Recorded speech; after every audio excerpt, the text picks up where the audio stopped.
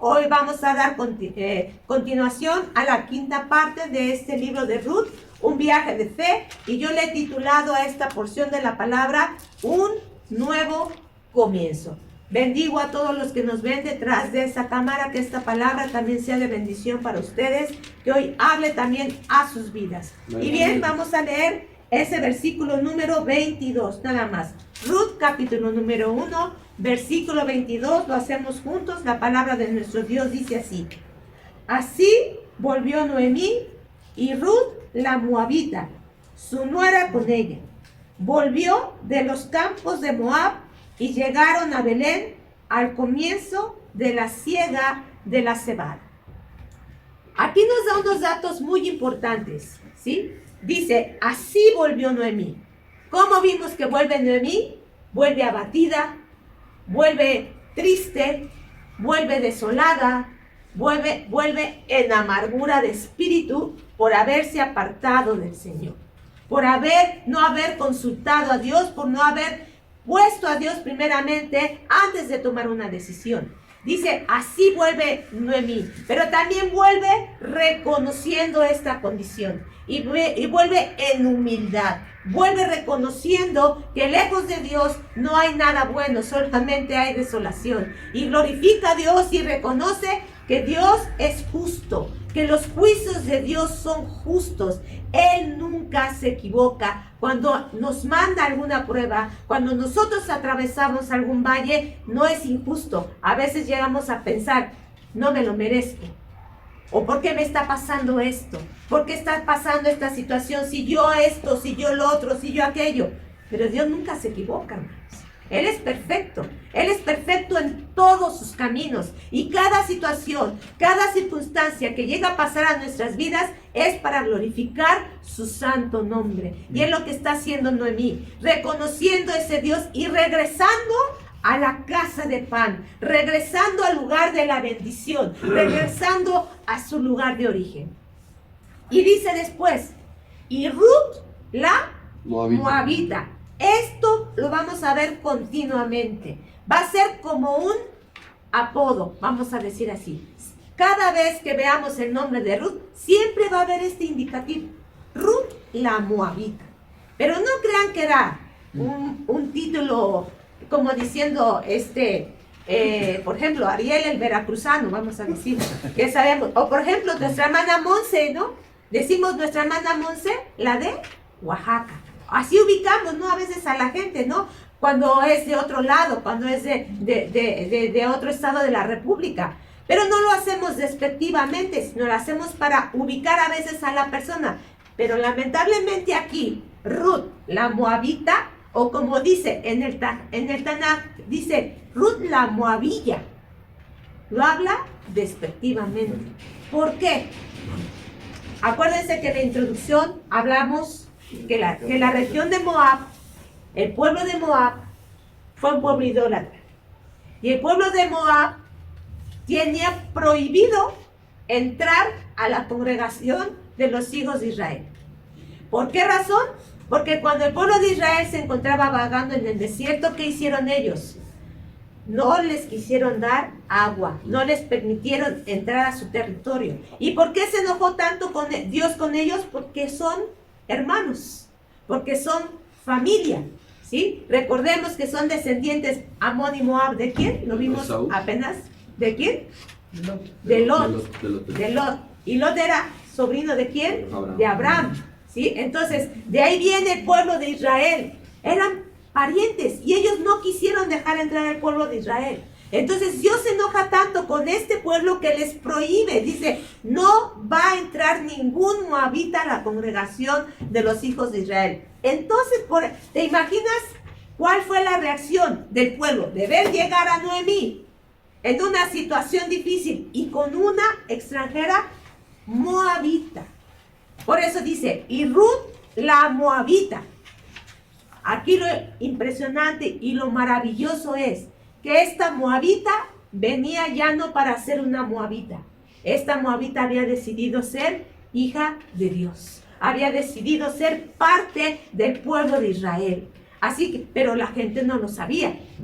la gente no sabía esta situación, pero ella sí, ella era una mujer extranjera que pertenecía a este pueblo, que tenía prohibido entrar, pero ahora ella había tomado la decisión de seguir al Dios verdadero, había hecho su confesión de fe y entonces venía con Noemí y dice, volvieron de los campos de Moab, vuelve a recargar de dónde estaban viniendo, de qué situación estaban viniendo, ¿sí? Y llegaron a Belén, al lugar de la casa de pan. Y da un dato muy importante. ¿En qué momento llegaron? ¿Qué dice la parte última del versículo número 22, hermanos? Al comienzo de la siega. Al comienzo de la siega de la cebada. Siempre que da un dato en específico la palabra de Dios, tenemos que poner atención. No dan un dato nada más porque sí. Al comienzo de la siega de la cebada. ¿Qué indica esto? Vamos a ver unos datos importantes. La siega de la cebada en Israel, en el pueblo de Belén específicamente, se da entre los meses de abril y mayo. En esos meses hace mucho calor y es el tiempo de los nuevos frutos, ¿sí? Durante esos meses, aquí en nuestro calendario sería mes marzo, abril y mayo también, se celebran las 3 principales fiestas judías. Acabamos de ver con el pastor, no sé si se acuerdan, unas 2 semanas atrás, que nos habló acerca de las fiestas judías. Bueno, las primeras fiestas dentro del calendario judío son la fiesta de las primicias, la fiesta de los panes sin levadura y la Pascua.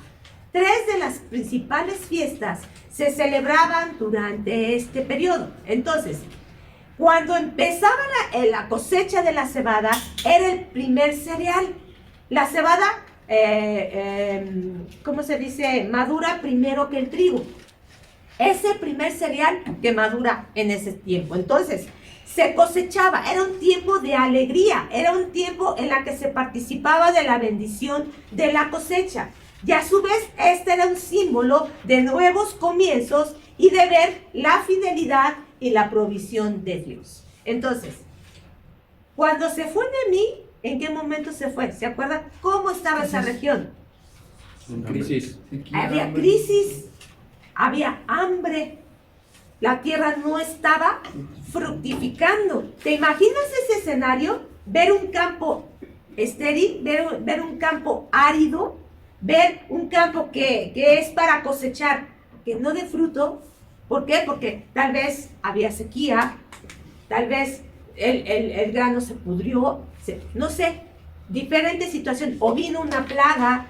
O sea, ver un campo sin fructificar es triste, es un ambiente desolador, pero ahora estaban por cosechar, ¿sí? Entonces, se hacía la recolección de la cebada y entonces se hacía la ofrenda de la primera gavilla, ¿sí? Este era un acto de gratitud y de reconocimiento de la soberanía de Dios sobre la tierra y sus frutos. Solamente vamos a tratar de recordar lo que el pastor ya nos había anunciado. Vamos a ver Levítico,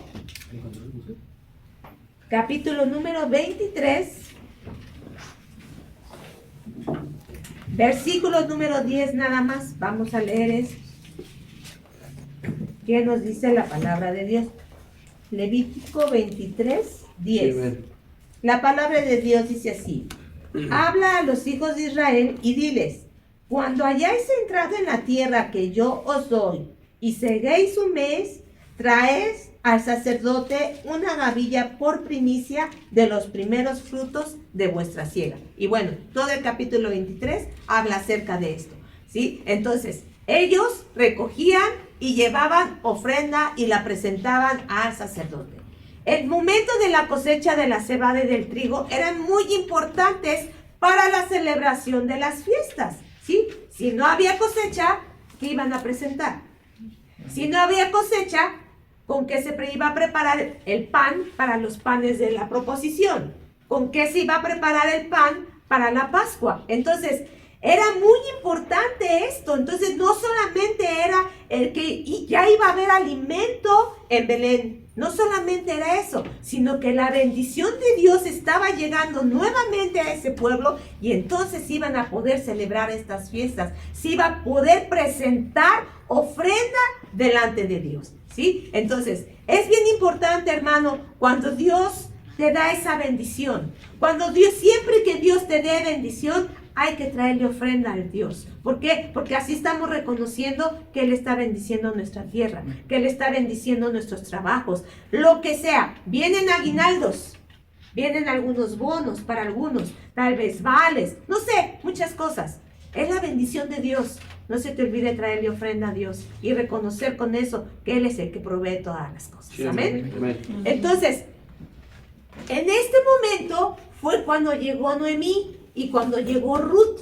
Ellas se fueron en un momento de escasez, en un momento desolador, y regresan en el momento en el que está a punto de cosecharse la cebada. ¿Te imaginas ese escenario? Irse, ver desolación, pero regresan y ven que los campos están listos para cosecharse. ¿Cómo será ese escenario?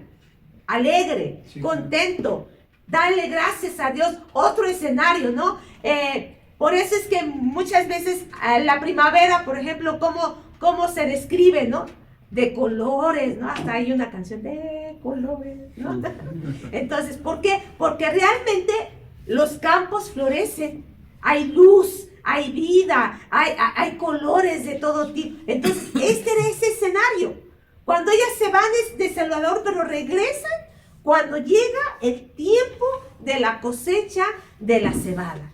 Cuando empieza a fructificar la tierra, ¿sí? Se fueron ellas sin la dirección de Dios, se fue Noemí con su familia sin la dirección de Dios, pero ahora regresa y entonces ve que puede haber un nuevo comienzo.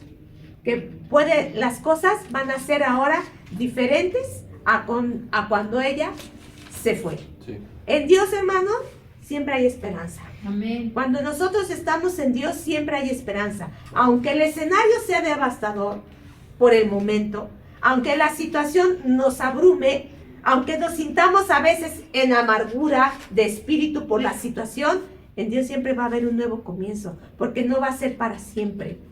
Todo tiene un tiempo. Dios siempre tiene tiempos perfectos para todo. Y aquí venía un tiempo para un nuevo comienzo. Pero lo importante, hermano, es para que haya ese nuevo comienzo en nuestras vidas, para que Dios pueda traer esa nueva bendición, tenemos que tener la actitud correcta.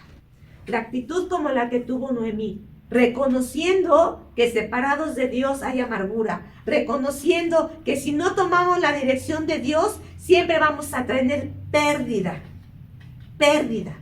Cuando nos alejamos de Dios, jamás, hermano, vamos a tener ganancia. Lejos de Dios siempre va a haber pérdida, hermano. Entonces, tenemos que reconocer eso. Tenemos que reconocer que necesitamos la dirección de Dios para todo, hermano. Cree que todo lo que venga a tu vida debe de haber dirección, hermano.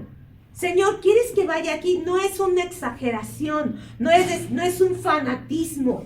Nosotros nos tenemos que ir guiando siempre bajo la voluntad de Dios, sea lo que sea. ¿Quieres algo? Pídeselo a tu Padre.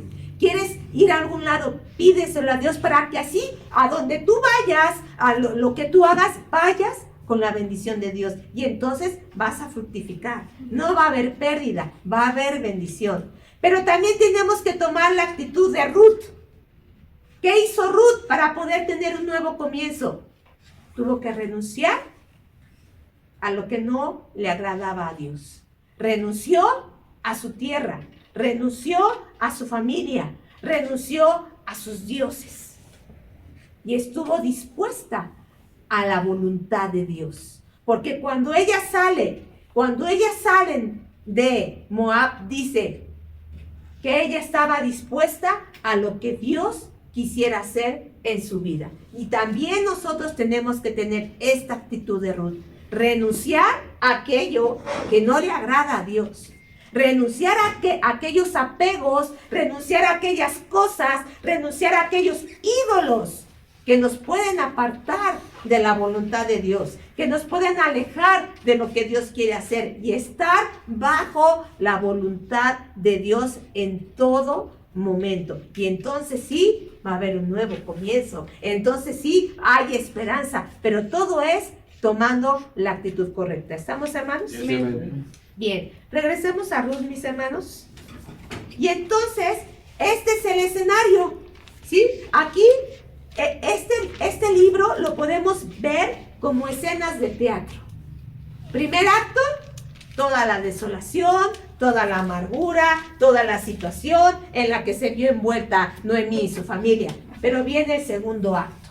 Y entonces este narrador nos empieza a decir, así volvieron, así estaban y llegaron en este momento. Y nos ubica, nos posiciona en la situación en la que ellos estaban. Y entonces comienza capítulo número 2, versículo número 1. Y nos dice, tenía Noemí un pariente de su marido, hombre rico de la familia de Elimelech, el cual se llamaba Boz.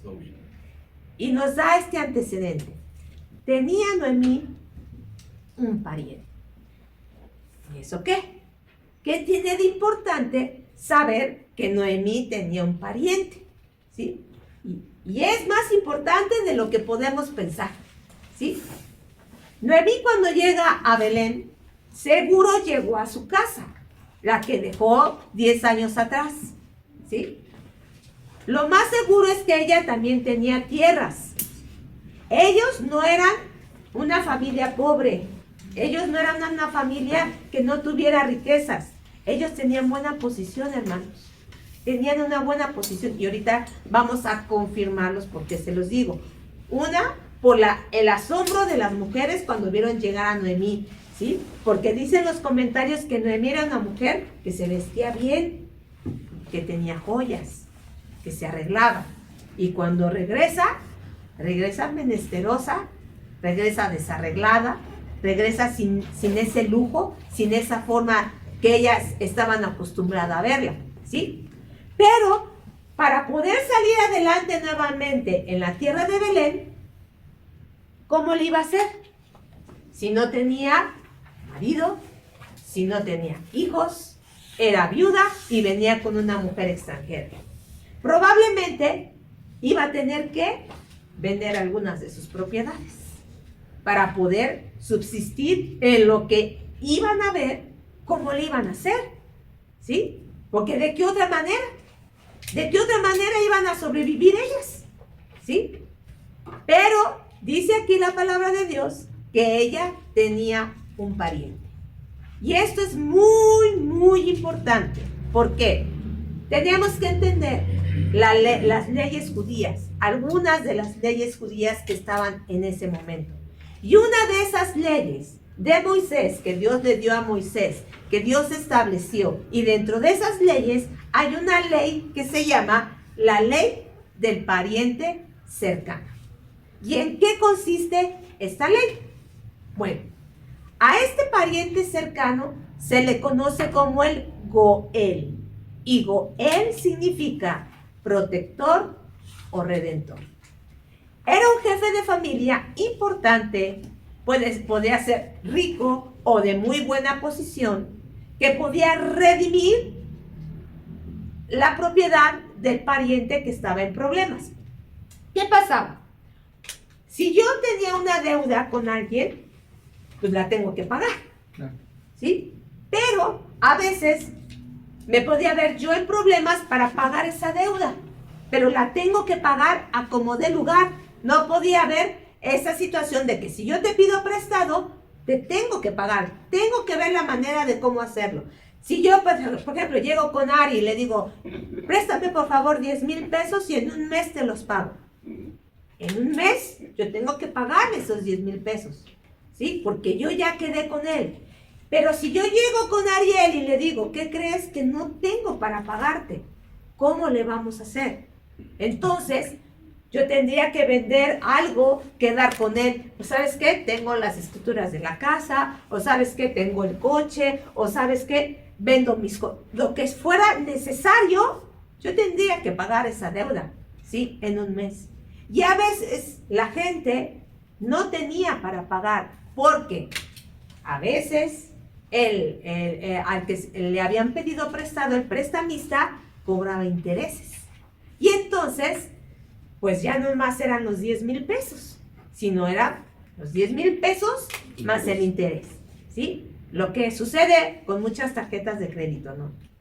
Lo que pasa con muchos, cuando en estas fechas se les hace fácil que meter la tarjetita, meses sin intereses, ¿no? No pasa nada. Y, que para la abuelita, que para la abuelita, que para el tío, el prima, papá, y empiezan a gastar, ¿y qué pasa cuando llega enero?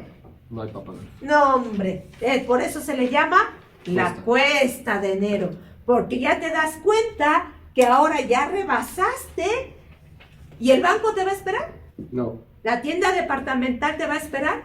Entonces, ¿qué procede para eso? Embargo. ¿Un qué? Embargo. Un embargo de tus propiedades. Y eso es lo que pasaba.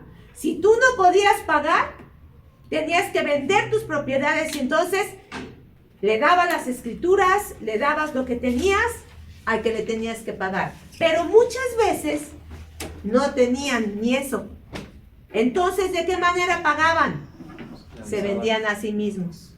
Se vendían como esclavos. Entonces decía, te pertenezco porque no tengo manera de pagarte esa deuda. Entonces, era una situación muy difícil. Era una situación donde, imagínate, todo lo que podía pasar. Podía pasar que el prestamista, pues, abusara, ¿no? Abusara de su situación. Entonces, Dios tuvo que poner leyes para regular todo este tipo de cosas. Y una de esas leyes era precisamente la ley del pariente cercano. ¿A qué consistía con esto? Bueno, tenía que ser una persona la más cercana a esa persona en situación difícil. Una persona que tuviera solvencia, una persona importante, una persona que pudiera rescatar a su pariente, ¿sí? Por eso es que se llama Goel, que era el redentor, que era el protector, el que podía redimir. ¿Qué significa redimir? Volver a comprar. Comprar de nuevo, ¿sí? Por eso era un Goel. Entonces, ¿qué tanto podía hacer este Goel? Bien, podía él comprar la propiedad que había sido embargada y devolvérsela a su pariente. ¿Qué más podía hacer el Goel? El Goel podía rescatar al que había sido esclavo. Podía comprarlo y entonces darle libertad. ¿Qué más podía hacer? Podía vengar la sangre de su pariente. Si lo habían matado injustamente, él podía ir y perseguir al asesino y podía matarlo para vengar así la sangre de su pariente. ¿Qué más podía hacer un Goel? El Goel podía aparecer en un juicio para ayudar a su pariente. Y también, ¿qué podía hacer? El Goel podía darle hijos al pariente que había muerto y no había tenido hijos. Y esto se conoce como la ley del levirato. ¿En qué consistía? Vamos a poner de ejemplo, por ejemplo, a Alfredo y a Josué. Vamos a decir que Josué se casa, muere y no tiene descendencia. Entonces Alfredo podría casarse con la esposa de Josué y darle hijos para que el nombre y el apellido de Josué no se perdiera. Entonces, el primer hijo que tuviera Alfredo iba a llevar el nombre y el apellido de su hermano, para que entonces así las propiedades que fueron de Josué y todo lo que a él le pertenecía no se perdiera, sino que pasara a su hijo. Esas eran las leyes que había, y otras tantas que también hay, que son muchas leyes que hay ahí, que Dios las estableció con un propósito. Primero, para que no hubiera tanta pobreza, para el control de la pobreza, para el control de la esclavitud. Porque si no, imagínate cómo somos los hombres, cómo somos cuando nos dan un poquito de poder. La mayoría abusamos, ¿sí?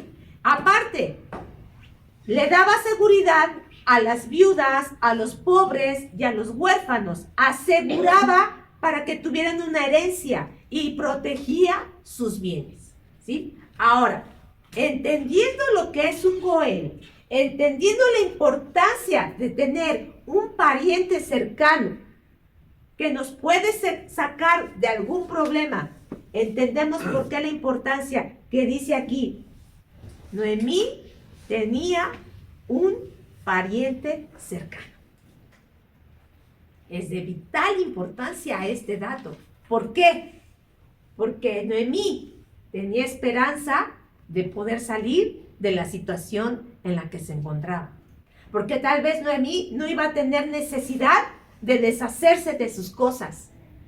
Y tal vez porque ella no iba a tener que verse obligada a trabajar o hasta venderse como esclava o a tener que mal vender sus cosas porque tenía un pariente cercano, ¿sí? Pero la importancia de esto es, aquí deja notar un poquito el narrador, vamos a decir así, que al parecer Noemí todavía no sabía que tenía este pariente cercano, ¿sí? Ahora, vamos a ver quién era este pariente cercano. Ahí nos dice que es, ¿cómo se llamaba? ¿De dónde era este pariente? Dice, hombre rico. Era un hombre rico, ¿sí? Sí. Y aquí la palabra rico también habla de una persona importante, una persona influyente, no solamente que tenía riquezas materiales, sino que también era una persona importante. ¿Y era de quién? De la familia de Elimelech. ¿Quién era Elimelech? El esposo de Noemí, ¿sí? Entonces, este pariente era de la familia de Elimelech. A lo mejor por eso es que Noemí no se acordaba, porque era de la familia de su esposo, no era tanto de su familia, sino de la familia de su esposo. Puede ser, ¿no? Ahora, ¿cómo se llamaba este pariente? Vos. Se llamaba Boz. Ok. Y vamos a ir desglosando estos datos importantes. ¿Cuál era la relación que había de Elimelech con Boz? Elimelech fue padre, fue hermano del papá de Boz, ¿sí? Entonces era su tío, ¿sí? Había esa relación y ahorita los voy a llevar a la cita. Ahora, era un hombre rico que confirma que entonces la familia de Noemí era una familia de buena posición, ¿sí? No era cualquier familia.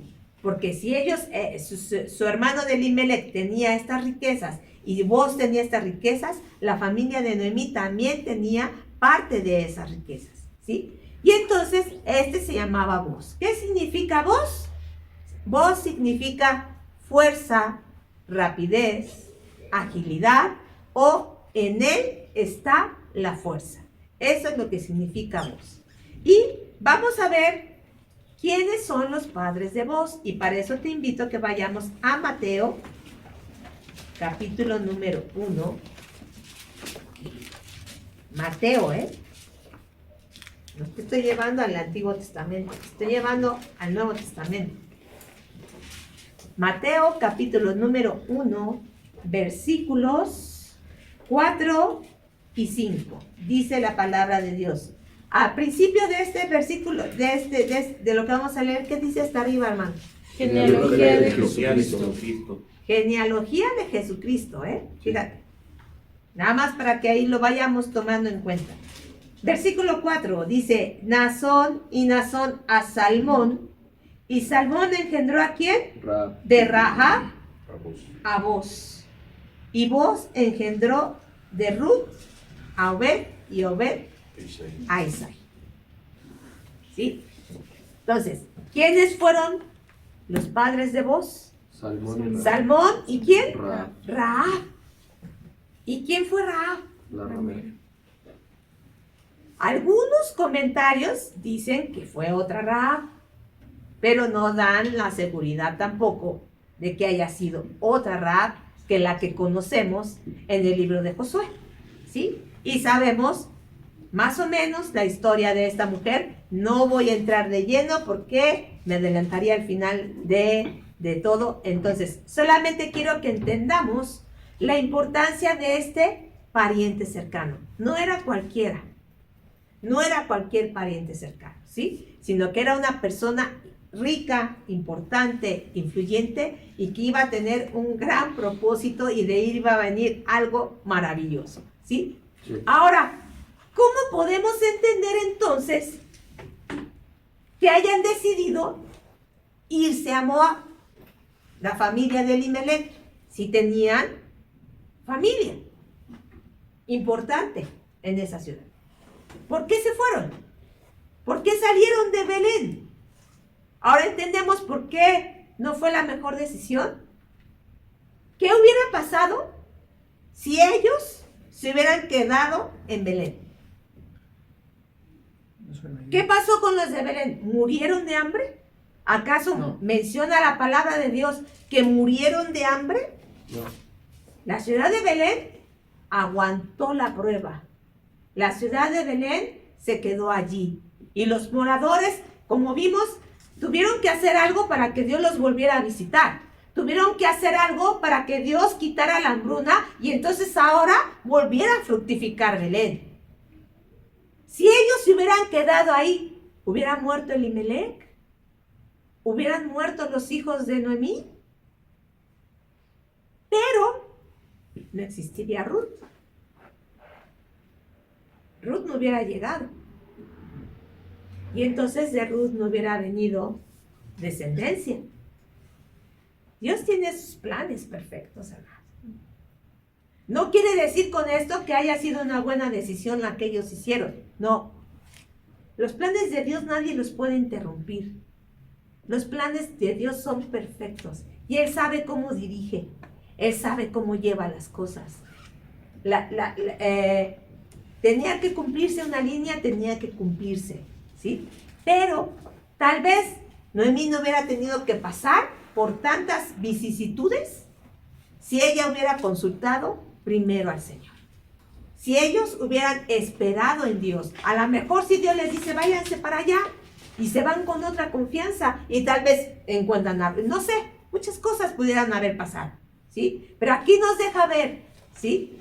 Que si tenían a este pariente, si tenían esta situación, ¿por qué se fueron? Pero bueno, son situaciones que nos tienen que hacer pensar antes de tomar una decisión. Por eso te digo, hermano, antes de que tomes una decisión, la que sea, primero humíllate, primero híncate, primero pídele la dirección a Dios, para que así lo que hagas, su nombre sea glorificado. Y bien, con este paciente, con este pariente cercano, Dios, ¿qué estaba haciendo? Estaba asegurando la provisión y la salvación para Noemí y consiguiente para Ruth también, ¿sí? Dios estaba ya poniendo otro escenario. Dios empezaba a mover las cosas de tal manera que se tenían que cumplir los propósitos, que se tenía que cumplir lo que Dios quería hacer. Y aquí nos deja una enseñanza bien hermosa, hermano. Porque Goel, el que redime, el que provee, el que protege, es nuestro Dios. Amén. Y Goel siempre ha sido el protector del pueblo de Israel. Dios siempre ha estado al pendiente de su pueblo. Jamás lo ha dejado, a pesar de que ellos se apartaron, a pesar de la maldad de ellos. ¿Y sabes por qué lo hace Dios? Dice que es por amor a su nombre, por amor a Él mismo. Porque Dios dijo, de ti voy a hacer una nación y tú vas a ser mi especial tesoro. Eso Dios le dijo al pueblo de Israel. Y Dios cumple sus promesas por Él mismo. No es por nosotros, no es porque no los merezcamos, sino porque Él es fiel a su palabra. Amén. Y entonces Dios así ha sido siempre con el pueblo de Israel. Y vamos a leer Isaías 41.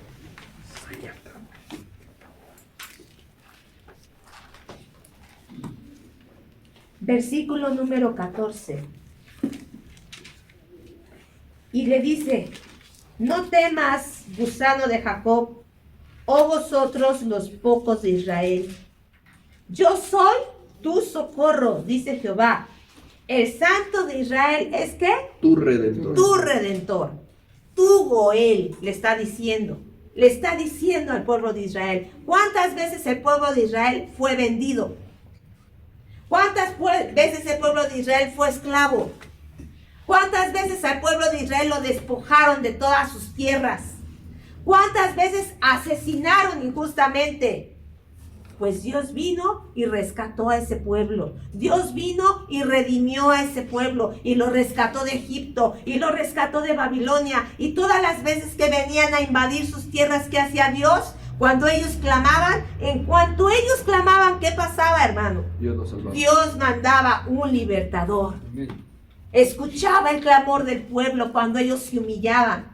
Así es nuestro Dios de misericordioso. Así es Dios cuando tú te humillas, cuando tú vas a sus plantas y reconoces tu condición y reconocemos nuestro pecado y reconocemos nuestra maldad. Mira, en ese momento Dios manda la provisión. En ese momento Dios manda el rescate por tu vida. Y así lo hizo Dios en el pueblo de Israel. Vamos a Isaías también 43. Vamos a leer versículo 1 en adelante. Y es un pasaje que lo conocemos, pero lo vamos a entenderlo de esta manera. Cómo Dios opera siendo ese Goel, siendo ese Dios que redime. Dice: ahora sí dice Jehová, creador tuyo, oh Jacob, y formador tuyo, oh Israel. No temas porque ¿qué? Yo te redimí. Yo te redimí. Te puse Nombre. mío eres tú. ¿Quién le puso ese nombre a Israel? ¿Quién fue? Dios fue el que le cambió el nombre. Dios le tuvo que cambiar el nombre. ¿Por qué? Porque Jacob, ¿qué significa? El que usurpa. El que usurpa. ¿Sí? Y Dios le tuvo que cambiar el nombre a Jacob por Israel. ¿Y Israel qué significa? Príncipe de Dios, el que pelea por Dios. Pero ¿cuánto le costó a Jacob que le cambiaran el nombre? ¿Qué tuvo que hacer? Tuvo que pelear. ¿Y en esa batalla salió limpio? No. ¿Qué le pasó? Se desgarró. Le descoyuntaron. ¿Sí? Pero no importaba. No importaba lo que tenía que pasar. Dios tenía que cambiarle el nombre. Y así es con nosotros, hermano. ¿Quieres la bendición de Dios? Pelea por ella. Sí, amén. Pero ¿sabes qué? ¿A poco en una pelea sale uno limpio? No. ¿Corres el riesgo de qué? De morir. Corres el riesgo a lo mejor de perder un miembro. Corres el riesgo a lo mejor de perder un ojo. Pero vas a tener victoria. ¿Quieres la bendición de Dios? Pelea por ella. Sí. Pero ¿sabe? Que tienes que cortar algo. Que no vas a salir limpio. Que tienes que dejar algo. ¿Sí? ¿Por qué? Porque eso te puede estorbar. Porque eso te estorba. Porque eso es lo que Dios necesita. Y aparte Dios deja marca. Cuando algo realmente te duele, ¿se te olvida? No. No. ¿Se te olvida? No. Por ejemplo, si te da un dolor bien fuerte de muela, porque no fuiste a tiempo, porque dejaste que avanzara la carie hasta que llegara a la raíz, y vas al dentista y no quieres sufrir, ¿es lógico eso, hermano? No. Pues no. Tienen que hacer lo necesario para arrancar de raíz esa infección. Y te tiene que doler. Te aseguro que cuando te acuerdes y veas tu boca, vas a decir: ya no vuelvo a dejar que me llegue hasta allá una infección. Aprendiste, pero te tiene que doler. Te tiene que doler. Porque si no, se te va a olvidar. Vas a decir: ah, qué fácil. Qué fácil. Y aquí no, aquí le dice, yo te redimí, te puse nombre, mío eres tú. ¿Cuántos son del Señor? Sí, amén. Amén. ¿A cuántos ha redimido el Amén. Señor? Amén. Así que, toma, ¿ves esta importancia? Dice, cuando pases por las aguas, que dice, yo estaré contigo. Y si por los ríos, no te anegarán. Cuando pases por el fuego, no te quemarás, ni la llama arderá en ti. No dice, nunca vas a pasar por fuego. ¿O lo dice? No. No. Nunca van a venir la prueba. No, no, no. Dice, tienes que entrar a la prueba. Tienes que ser probado. Tienes que entrar a esa situación para que entonces comprendas quién es Dios. Amén. Ahí se va a manifestar ese Dios grande, va a venir tu redentor, va a venir tu protector, va a venir el que te va a rescatar del hoyo cenagoso, del lodo cenagoso. De ahí te va a rescatar el Señor. Y así como Dios ha sido con el pueblo de Israel, lo ha sido con nosotros, hermano. Él vino, dice la palabra de Dios, para redimirnos a nosotros. Y Dios sigue peleando por el pueblo de Israel hasta el día de hoy. Y lo seguirá haciendo. Y va a llegar ese momento en que lo va a redimir completamente y lo va a restablecer nuevamente. Va a llegar ese día glorioso para ese pueblo. Y lo estamos viendo. Y vemos cómo, por más que lo atacan, por más que dicen, ¿vieron lo que pasó en Australia? Sí. Estaban celebrando los judíos ahí. Y llegaron los extremistas y los atacaron. Es un pueblo sumamente atacado, ¿sí? Pero va a llegar el momento en el que toda lágrima va a secar de ellos y los va a redimir y los va a poner en el lugar en el que es. Pero nosotros, hermanos, también tenemos esa gran bendición de que tú y yo llegó el Goel a nuestras vidas. Y se llama Jesucristo. ¿Sí? Porque cuando nosotros caímos, cuando fuimos esclavos de pecado, cuando nos vendimos a la inmundicia, cuando nos vendimos al pecado, a la maldad, a la fornicación, al vicio, al odio, al rencor, al celo, a todo lo que es manifiesto de la carne, tuvo que venir Cristo para rescatarnos de esa condición y reconciliarnos con nuestro Dios. Pero mira lo maravilloso que es esto, hermano. A mí me conmovió tanto y me hizo entender muchas cosas. Para que Cristo nos pudiera redimir a la humanidad, por eso se tuvo que hacer carne, por eso te tuvo que hacer hombre, para convertirse en nuestro pariente cercano, para podernos redimir en la carne. Él lo podía hacer, porque Él es Dios. ¿Por qué tuvo que venir en condición de hombre? Para que convertirse en nuestro Goel. Amén. Para ser nuestro pariente cercano. Y por eso es que tuvo que padecer en la carne. Y tuvo que manifestarse de esa manera. ¿Qué dice Juan 1:14?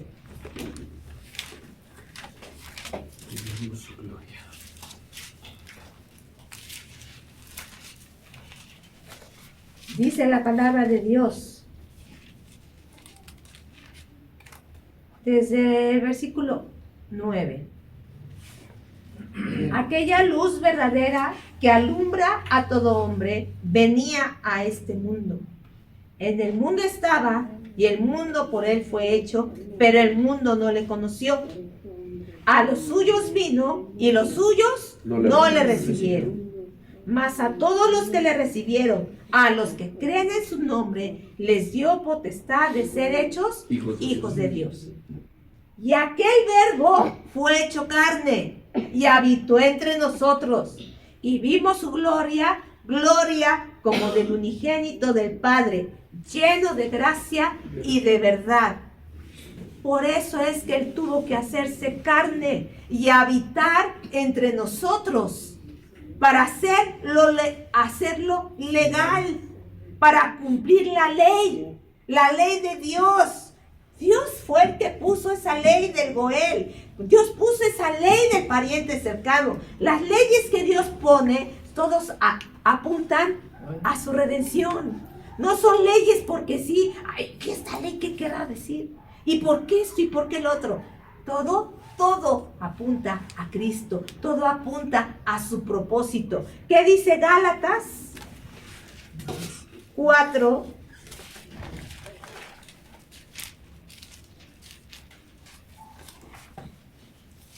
Versículos 4 y 5. La palabra de Dios dice así: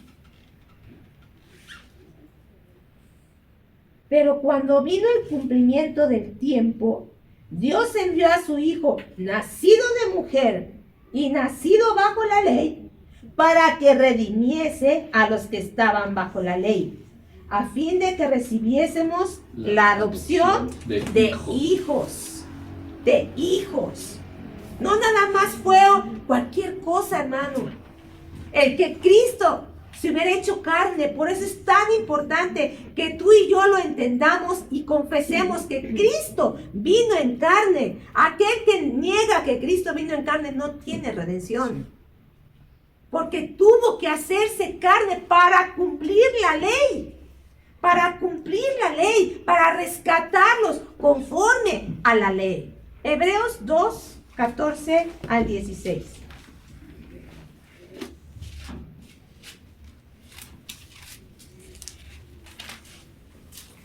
Amén. La palabra de Dios dice así: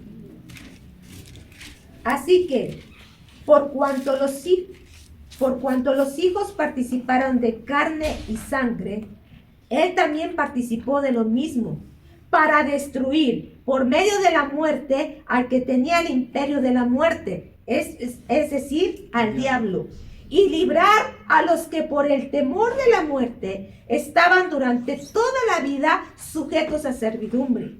Porque ciertamente no socorrió a los ángeles, sino que socorrió a la descendencia de Abraham, por lo cual debía ser en todo semejante a sus hermanos, para venir a ser misericordioso y fiel sumo sacerdote en lo que a Dios se refiere, para expiar los pecados del pueblo, pues en cuanto Él mismo padeció, siendo tentado, es poderoso para socorrer a los que son tentados. ¿Sí? Ve lo maravilloso que es nuestro Señor Jesucristo. Dice que Él tuvo que ser tentado en todo. Y si dice en todo, es en todo.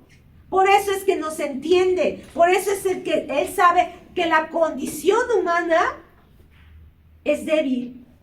Nuestra condición humana es débil. Nuestro Señor Jesucristo fue débil en la carne, hermano. ¿Crees que en algún momento fue débil como ser humano? Sí. Sí lo fue. ¿En qué momento?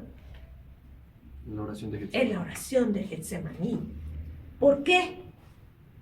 Porque Él no quería morir. ¿Qué le pidió el Padre? ¿Qué pasa? Si es posible, pasa de mí esta copa. Y no se lo pidió una vez, se lo pidió 3 veces. Porque Él estaba en su condición de hombre. Porque sabía que como hombre lo que tenía que padecer. Y era necesario. Pero ¿sabes lo que dice ahí en Primera de Pedro? Que por lo que padeció en nuestro Señor Jesucristo, aprendió la obediencia. La obediencia como ser humano, ¿sí? Estando en el cuerpo.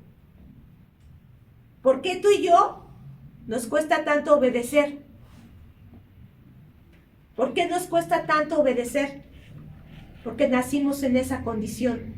Nuestra condición humana es pecaminosa. ¿Quieres obedecer? Tienes que padecer.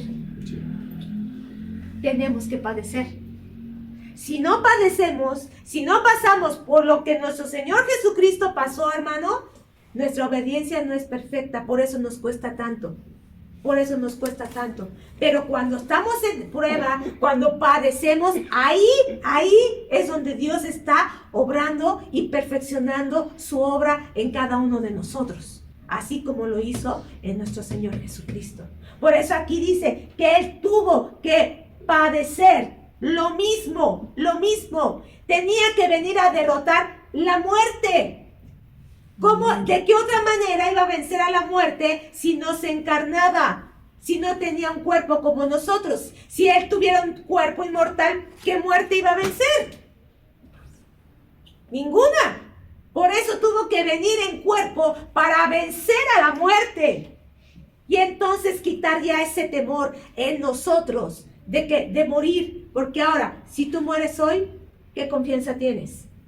¿Cuál es tu confianza? ¿Cuál es tu confianza?